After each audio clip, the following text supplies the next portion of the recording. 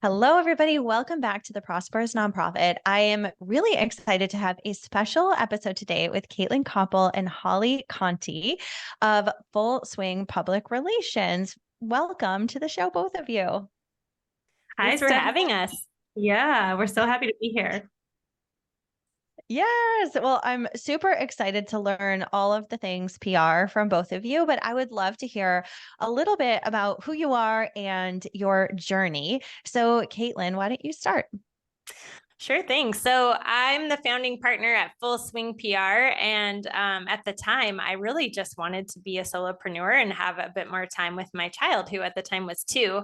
Holly was my work wife from my previous agency. And so I, from the beginning, really tried to convince her to come along on this fun journey with me, even though I didn't exactly know what it was going to look like. I knew I wanted to help elevate women leaders, work with nonprofits, which I had done for a lot of my career. But really, I just wanted to create a job for myself and not necessarily scale a company.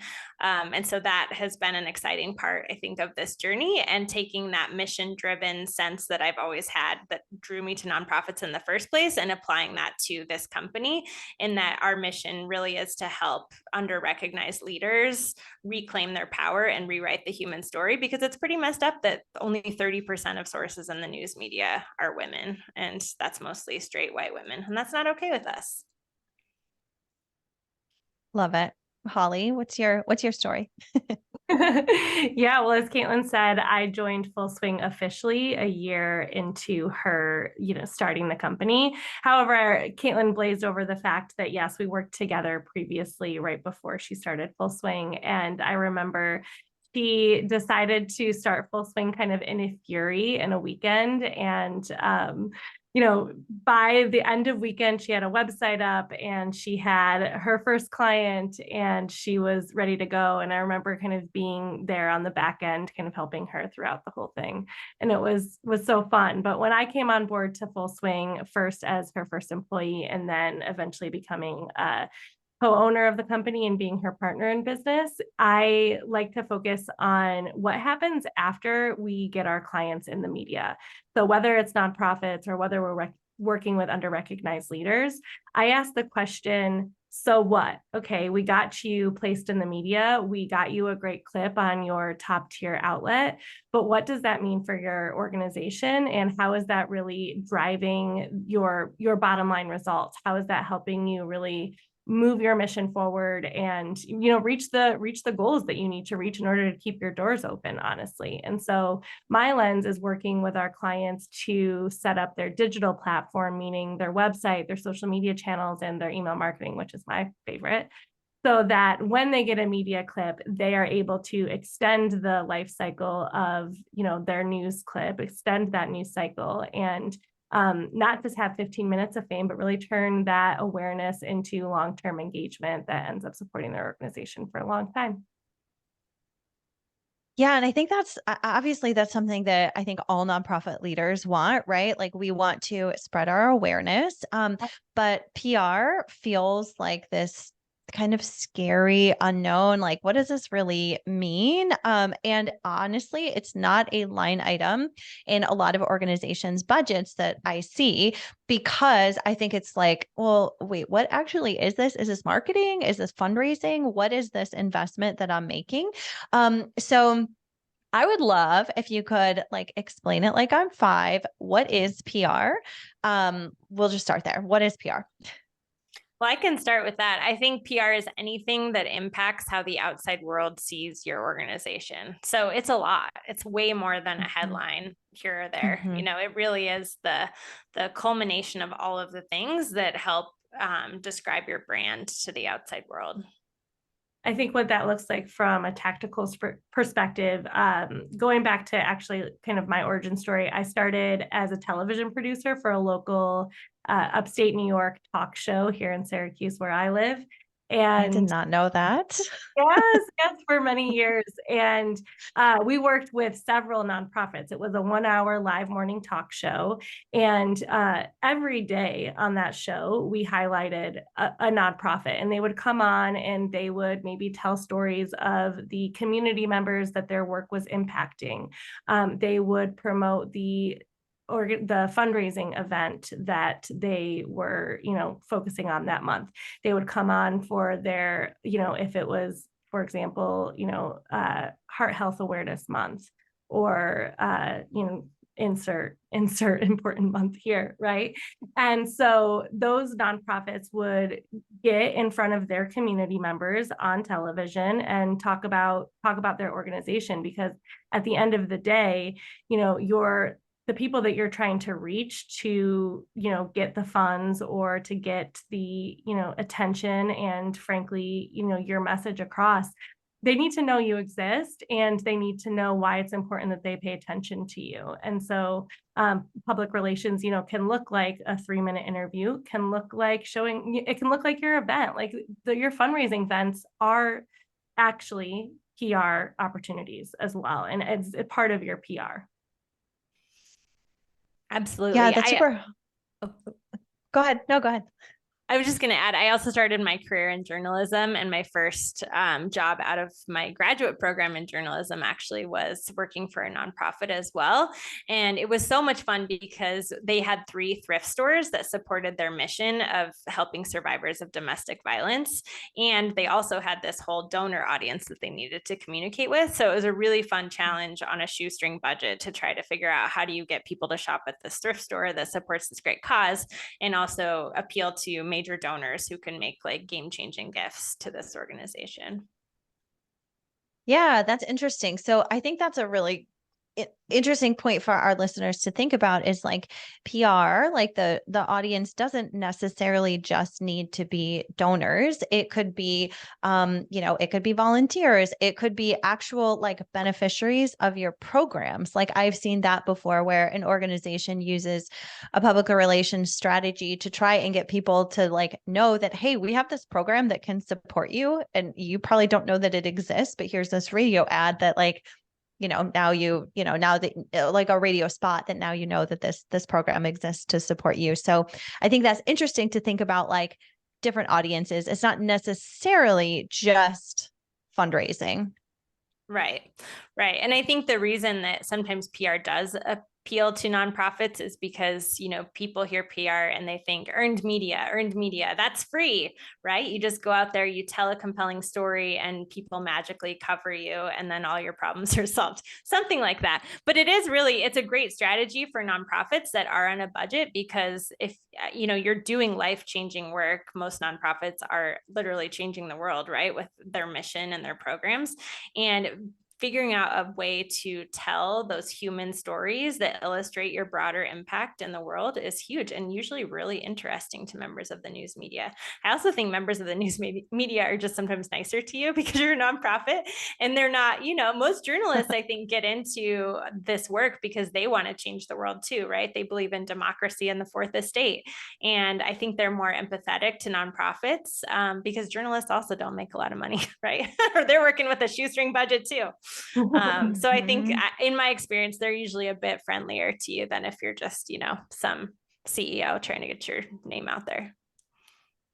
That's so interesting. And that totally makes sense. And the sort of what came to mind is thinking about storytelling. And I feel like that's sort of like it's definitely been a buzzword, I would say, in the last probably 10 years in the nonprofit sector. Like storytelling is the thing. We need to be able to tell the stories of our beneficiaries, tell the story of the impact that our organization is having. And I would imagine that being able to effectively tell that story is going to grab the attention of journalists. And then have them want to tell and share your story on their broader platform. So what tips do you have for organizations to be able to really craft this is exactly what you all do, is you help craft that compelling story and be able to pitch it to media. But what tips do you have for organizations to have a really compelling story that people want to share? Do you want me to start again, Holly? This is your wheelhouse. Okay. All right. So I would say, first of all, definitely consume all the news that you can about your sector. If you are trying to make national headlines, you need to be paying attention to how your issue plays out on the national and maybe even international stage. If you're more of a local or regional nonprofit, you need to just be consuming local news and following some of the key hashtags, usually on Twitter, because that's where journalists hang out. Sorry, everyone. I know nobody likes Twitter. Now we're supposed to call it X, but I refuse to. X. But that really is still where journalists are hanging out. So paying attention to the news is huge. That will help you just start to spot opportunities where you can slot yourself in and start to see how you might bring a fresh perspective to a story that's already out there. The other thing is just to pay attention to key dates. Holly mentioned earlier that there's, Heart Health Awareness Month, Domestic Violence Awareness Month, Stalker Awareness Month. There's a ton of different months out there. Some of them are cheesy, like no one cares about National Hot Dog Day, right? Unless you're a dachshund owner like me, and then I celebrate. But no, I think a lot of nonprofits do, like some of those months are a great reason to remind members of the press that you're out there and doing the work that you are here on this planet to do. I think when it comes to telling a story, one of the biggest mistakes I see nonprofits make is they'll just announce a program or only have the CEO talk. And really what is going to appeal to journalists is having the actual story of the person impacted. I know it can be really tough to get, a trauma-informed person to meet with, your client if you're in the human services sector and get them to share their story in a way that feels, ethical and respectful and all of that. But there are ways to do it. And I think the more that you can think creatively about how to really showcase that beginning, middle, and end in terms of someone's life, and the beginning being like what life was like before your nonprofit came into their life, the middle being like the intervention, the programs they participated in, exactly how you help them, and then the transformation, like what is their life now, like what is possible because of this amazing work that you do. Like that's just kind of the nuts and bolts, I think, of what makes a really good story and will appeal to the media. Yeah, I'd add two other things to that. One is that data tells a story as well. And so I would encourage you to find the data that you are working with within your organization, and then look at the people who you are serving to change that data. Like for example, like even Full Swing, we're not a nonprofit, but I'll use that example. Like we have two data points that we refer to often in our own storytelling of our business. One is that only 2% of women-owned businesses become seven-figure businesses. And so we talk about how we, bucked the trend even when we did that in under 4 years. And we talk about the importance of, people having, under-recognized leaders and people having more money, because that's how power is distributed in our communities. And then often also that data point that Caitlin shared about less than 30% of people worldwide, of sources worldwide in the media, are women. And so we talk about that importance, right? So what are the data points within your industry that you can lean on to be kind of that lead in the story?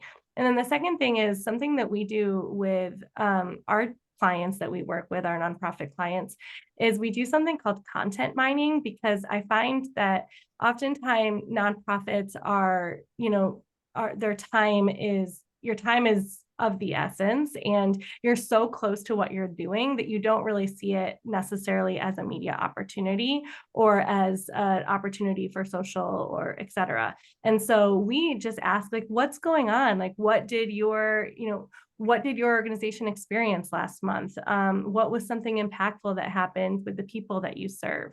What are you planning for next month? And we just start to ask, those questions about what is happening in your day-to-day, because oftentimes you'll spot opportunities for storytelling within that day-to-day that you're probably too close to it to realize that it could have been used to create more awareness and to tell the story of the impact of your of your organization. Yeah, I would say a quick story about this. Holly and I both serve on boards. I recently joined a board of a nonprofit here in Boise, Idaho, where I live, that works to prevent evictions and homelessness from ever happening to begin with. And I had to run by the office the other day to pick up some like board stuff.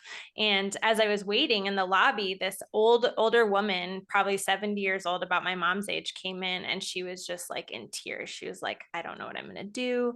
I've tried everything. I'm going to get evicted. I can't pay my rent. And just like watching that interaction just brought home to me, like how, everybody in the staff, that's just another day in the life there. But for me as an outside community member, thinking of, an older, does not look homeless, whatever that means, right? Person coming in and saying that she doesn't have anywhere to go and has no help to pay her rent is huge. It makes me think of my own mom. It makes me think of my mom's friends and all of the ways that homelessness is invisible. It's not necessarily what you might see in the downtown of your city.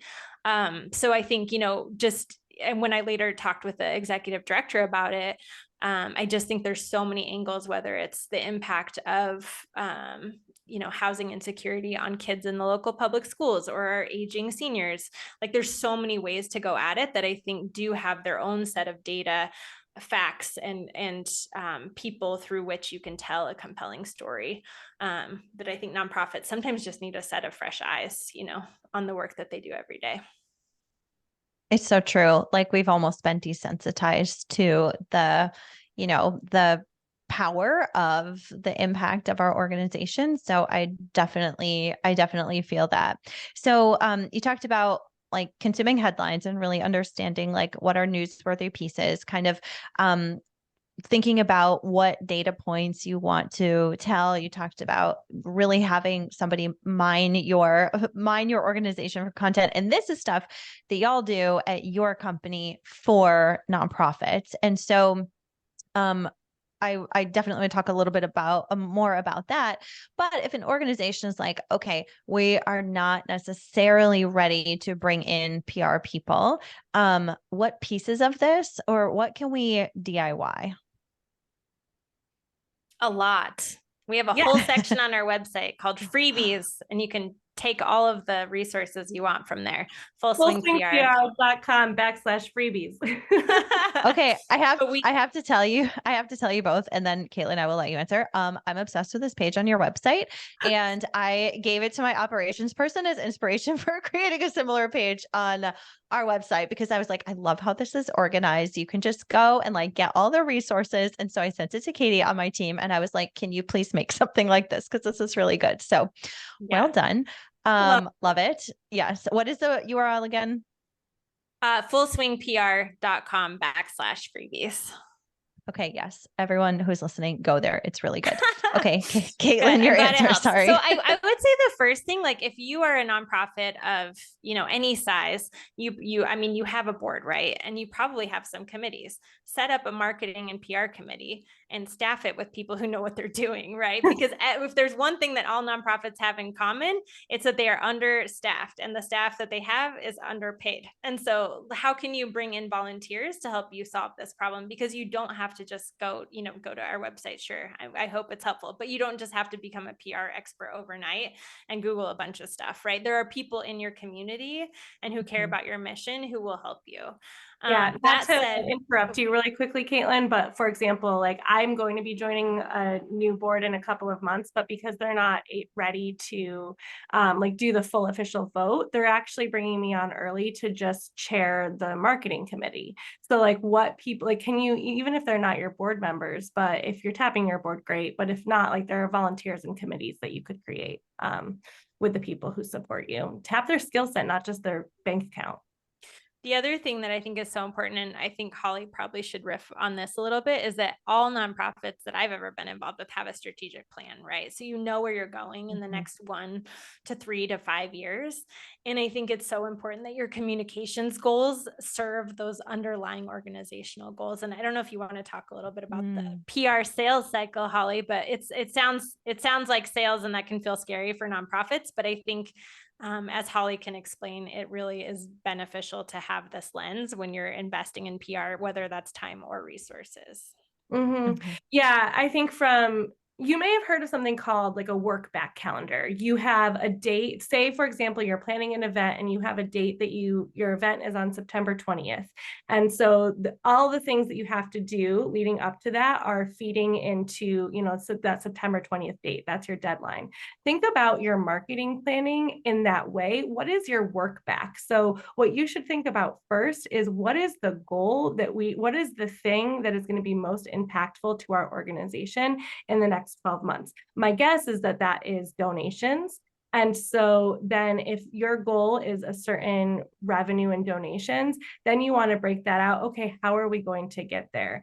And there's different arms, the donation, the one-to-one donation, that's going to be one arm that is, you're going to be working on. I'm sure you have a whole group of people that are focused on getting those big ticket donors, right? And then you have the staff that is working on, solving the problems that your organization is built to solve and your mission.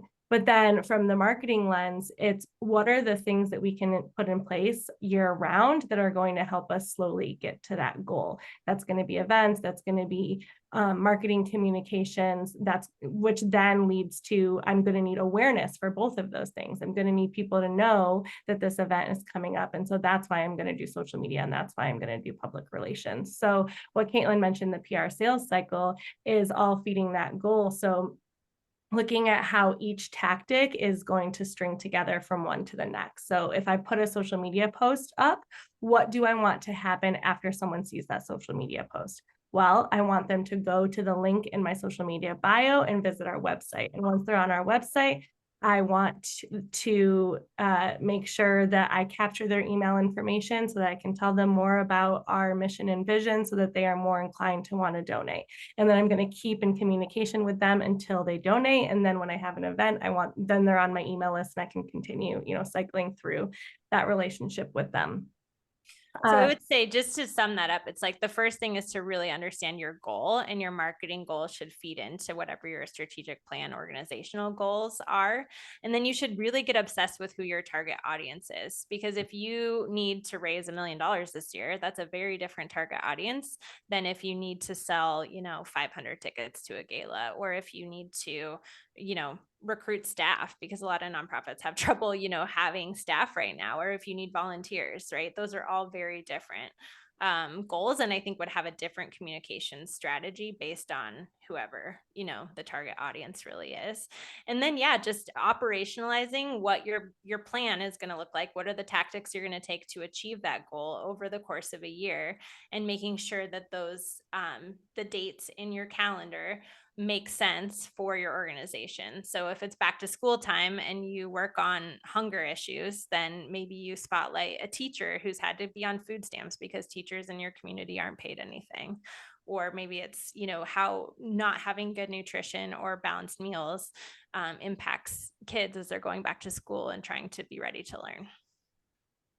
Does that make sense? I love that. We're like steeped in this world. So ask questions. No, it's great. I love the connection to the strategic plan, because I say this a lot, even in finance, where it's like, okay, if we want to have a cash reserve of 3 to 6 months of expenses in the bank, like we can't just say it and it magically happens. Like it needs to be part of like our overall strategy. And so often, I'm sure you've both have seen this as well, working, and being involved in nonprofits, but it's like we go through this huge strategic planning process, and then we have this great plan that everyone's excited about, and it gets printed in a little binder and like sits on someone's shelf, and then we forget about it in like 8 months.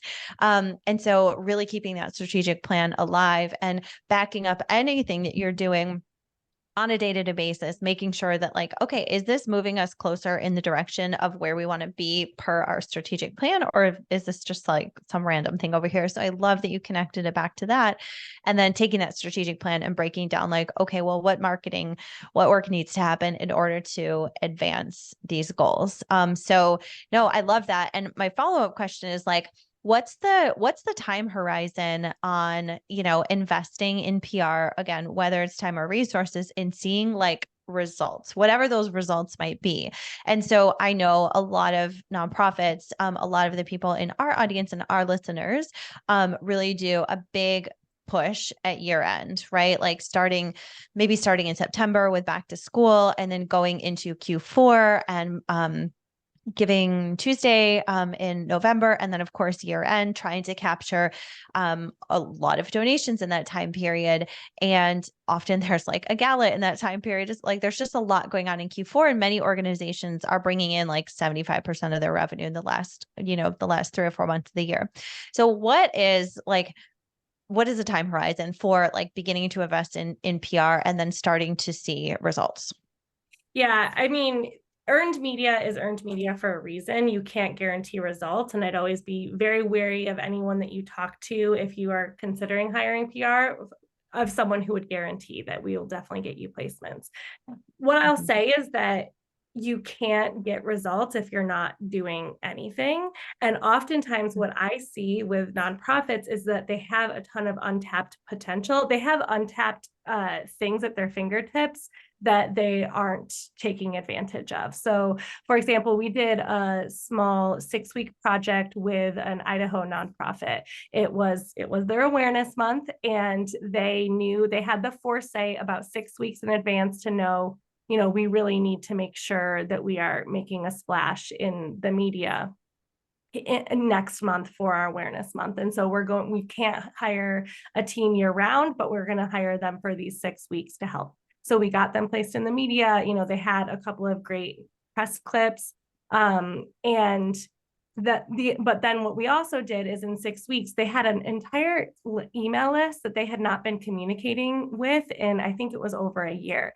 And so we just did, I think it was a series of 4 or 5 emails that were all, again, storytelling about the importance. We talked about the data. We talked about the people that they were serving within their community, the importance of their work within their organization. And then at the very end of that, we sent one email. So after 6 weeks of doing some PR stuff in the media and then nurturing their audience, the email list, we sent one more email with an ask. So the only time that we did an ask was just in one email, and that one email got them $18,000 in donations. And I think that it was largely in part due to the nurturing work we did and the press work that we did out in the media. But I think even more than that, it was that they hadn't been doing anything. They hadn't been asking. And so often it's that untapped potential that you probably have, but you're not doing anything with.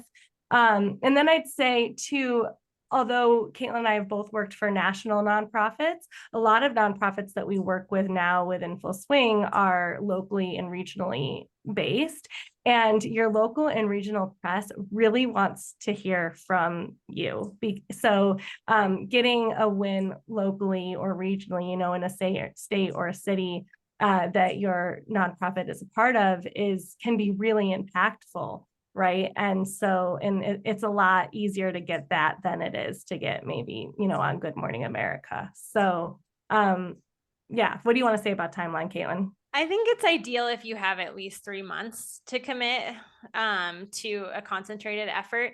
The other thing that we do sometimes for nonprofits, we call them PR VIP days, where we'll just sit down with their existing team and co-create the plan for the year. And that's great if you have a junior level team or a part-time person, or, just are feeling really overwhelmed and like you feel like you should be doing all of these things, but you're not sure where to start or how it aligns with your overall strategic plan. And that can be really, I think, clarifying for people to get on the bus and start taking aligned action to really see some PR results. Yeah. Well, I love that idea, Holly. Like you said, doing a little bit is better than doing zero. And I think about this all the time in terms of like working out. If I could only work out one time this whole week, like one time is better than 0 times. So I think doing a little bit is better than doing nothing. And so just a little bit of encouragement for organizations, any leaders that are listening that are like, oh my gosh, this sounds amazing, but I think I could only, commit to this piece of it. Well, that's better than 0. That's better than doing absolutely nothing. And so and like you said, Caitlin, just making sure that really is aligned, I think is very encouraging. So y'all, oh, sorry, go ahead. Oh, I was just going to add one other thing because I'm kind of a political junkie, as you know, but I think a lot of nonprofits do have really bold advocacy agendas and want to be supportive of policy work. And that's an area where we don't necessarily lead with that at Full Swing PR, but we are involved with several nonprofits that are actually 501c4s. So they can do some more interesting kinds of political advocacy than your typical 501c3. And some organizations have both. And that can be sometimes really advantageous because, especially if you have a funder that wants you to get out there and be making policy change, having a 501c4 can help you, be able to hire a communications firm in a way that you might not be able to within the budget constraints of your 501c3. That's such a good point. And we actually do have a couple of clients in our portfolio that are a 501c3 and also have the 501c4 because they are really engaged in advocacy and policy work. So that's I didn't think about it kind of in that context, but that's a great point. So y'all know I'm a numbers person. I'm the person that's looking at the budget and being, really thinking through, okay, what investments are we going to make this year? So how do you help nonprofits really see the ROI on PR? Again, whether it's an investment in a company like yours or whether it's a time investment of the team. Obviously we all know resources are often limited. So what does that look like? Or maybe what are some big wins that you've seen nonprofits have? How do you sort of communicate that ROI? Yeah. So I would say big picture, working with us for a year is cheaper than hiring a senior level communications director in most places in the country for a year. And instead of getting one person, you get, not only Holly and me paying attention to your stuff, but we also have 3 senior publicists on our staff. We have a copywriter. We're a team of 10. And we take all of the social media, email marketing, and PR in terms of pitching the media off of your plate and make sure that it's really aligned with your overall strategic vision for your organization. So there is that option. And I think sometimes people don't think about it in terms of like, oh, I just want to hire this in-house. I can't afford it. Sometimes there are agencies out there that actually can work within your budget and fill the need that you might have. I would say beyond that, we also have come up with some creative ways to work with nonprofits. We have one repeat client that can't necessarily afford to have us all the time. But whenever somebody goes on parental leave, we step in and we just handle all of their communications director stuff during however long of time that is, usually, 3 months or so here and there. And it's been a great relationship, and, we love them, they love us. And but it's been a great way, I think, to just have some people with expertise step in and run things so that you don't have to worry about it, you being the executive director who has a billion things to worry about. Yeah. And then how we qualify results, that results is what we're obsessed with. And that's why we created the PR sales cycle. And that's why we always start with a strategic plan and set our metrics. Oftentimes what I like to tell people is think about your reach that you have within your organization right now. So maybe your social media, maybe you have 10,000 or 20,000 people, or even 100,000 people who follow you on social media. And then on your email list, maybe you have 20,000 people on your email list, or 30,000, or often it's a lot less than that. And that's okay too. And then you go to your news outlet that you want to get in front of, or news outlets that you want to get in front of, and look at how many people follow them on social media. It's oftentimes going to be double, triple, or even more than that from what you have. And so when we work with nonprofits specifically, we look at how have we increased the potential reach that you've had with each tactic. So yes, you can spend an hour reviewing a social media, a group of social media posts for the month. But that's going to probably be seen by, less than half of the people who follow you on whatever is your priority social media channel. But if you get a press clip, that's going to be seen, by a lot more. And so we always look at reach as a metric that we track. We always track engagement. So on social media, that's people who are commenting on your posts and sending you DMs and replying to your stories. And then from an email marketing standpoint, it's being really intentional about the calls to action that you put within each email. And so when you put like a donate button or an attend event button in your email, you want to track how many people are actually clicking into that, because it's not enough to just track email opens. It's not a great metric to track to gauge whether or not that email was successful. But if you see that maybe 2% or 4% of the people who read your email clicked on it, that'll give you good sense that it was a tactic that worked well. So we always check those meaningful metrics as well. And I would say just another example of how wide a reach you can have through PR. Just in the last 6 weeks, our clients have reached over 160 million people through the publications that we've had them in. So they're not all nonprofits. Probably a couple are. I'd have to look now. I missed the days I could keep it all in my head. But yeah, I mean, that's hugely more people than, if you have 1,000 people follow you on Instagram, right? You're a math person. That's some good math right there, Steph. Yes, the math is mathing on that one. That's incredible. So I love the fact that, you sort of come up with a set of metrics. And I would imagine that they're probably different for each client that you work with, depending on what their goals are, what platforms they're on, and the activities that they're doing, and their strategic plan goals and things like that. But I think that's huge. So it's not necessarily like, okay, if we start investing and really going all in on PR in 3 months, we're going to get $100,000 in donations. Like, it doesn't work like that. But there are metrics that you are tracking, that you do see traction on. And I would imagine, like, I thought about in my business, like a lot of the things that I do, I'm really playing the long game. Like, I don't have quick wins in my business. Like, the work that I do, like, it pays off and benefits, but like sometimes, I'll do a webinar, and then somebody that watched me on this webinar will be a client 2 years from now, or I will hear from them literally 5 years later. And so I'm playing the long game. And I would imagine that while maybe there are quick wins in PR, that it is largely a long game. Is that right? Absolutely. And if you can afford it, you absolutely should try to, invest something consistently over time, because I do think that consistent aligned action over time is what will have that snowball effect that you're talking about, where you will start to see people coming in. I mean, we still see people come in from being on Rachel Rogers' podcast back in January. We've had probably like 2 in the past month that just watched that episode and called us from that. So I think if you're getting in front of your target audience consistently, like, you will see results to your conversion metrics, your sales, your donations, your volunteer list, etc. Yeah, I don't You'll think probably still get clients from that podcast episode like 2 years from now, honestly.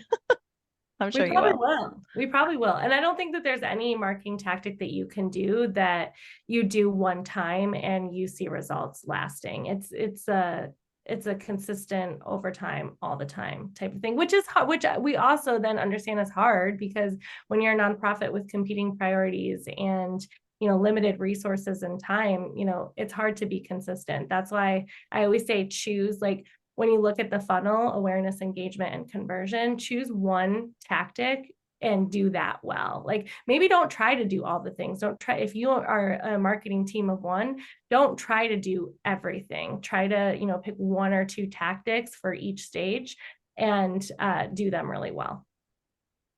I love that. Yeah. Y'all don't have to be nonprofit people. We don't need to be wearing all the hats all the time. Like, you don't have to do everything. Take off the hat, all right. put on the shoes. Oh, I like that. I talk so much about wearing all the hats. I like that. So good. Okay. I have 2 more questions for you. Okay. My first question is that, as an entrepreneur, I feel like there's all kinds of advice and things that are sort of like common knowledge in the entrepreneur space, but a lot of that is not so, like, it just doesn't translate into the nonprofit sector for no good reason, because it's really good advice and things like niching down and thinking about content marketing. And I had some other examples, but I can't remember, but you could probably think of some too. It's like all this stuff we're told as entrepreneurs, it like hasn't made its way to the nonprofit sector. So how have you seen nonprofits really working in innovative new entrepreneurial ways, or how do you help them do things that are kind of innovative for the sector? That's a good question. I think, we don't necessarily target nonprofits in our business, in part because they can be really difficult clients. And if you are listening, and this is you, I would try to make sure that if you are going to hire a PR agency, that you can actually use them and that you're organized enough that you can actually take full advantage of this team that you're bringing in, whether that's, us or a freelancer, or, you hire somebody who maybe did have a corporate marketing career and now wants to come and give back through your organization. We find that there's a lot of decision making by committee, which can be really hard, especially if it's, the news cycle is quick and you got to jump on sometimes opportunities. And even just getting approval can be really hard when it has to be run, up the chain. Times 10. And I think sometimes, just the lack of PR or marketing really being a line item in the budget means that it's not always prioritized. And in fact, it's like actually competing against other things. Again, those folks that are maybe wearing too many hats, it can feel like there isn't a clear alignment with a strategic plan to really dive into PR and content marketing. I don't know. What would you add, Holly? Yeah, I think I'd add that so many nonprofits, national nonprofits, big nonprofits that we've worked with actually aren't clear on their messaging.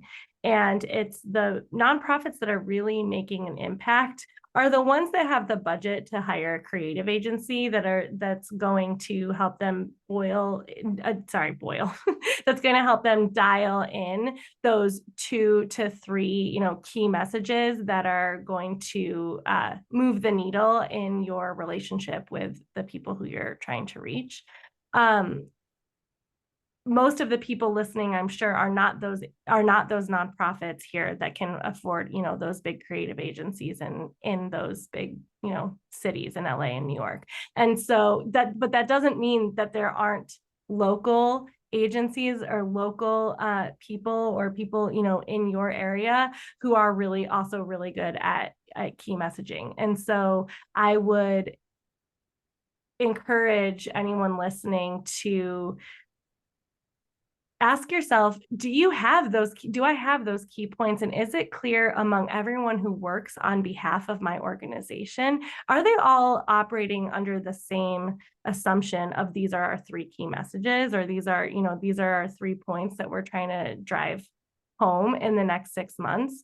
And I beg to differ, that's probably not the case. And so when we work with nonprofits, that's the first thing that we do. And I think that there is opportunity. If you don't have a big budget, I think there's still opportunity to find people who can do smaller engagements with you and really dial that in, because once you have that in place, you can make a big difference even with the smallest efforts.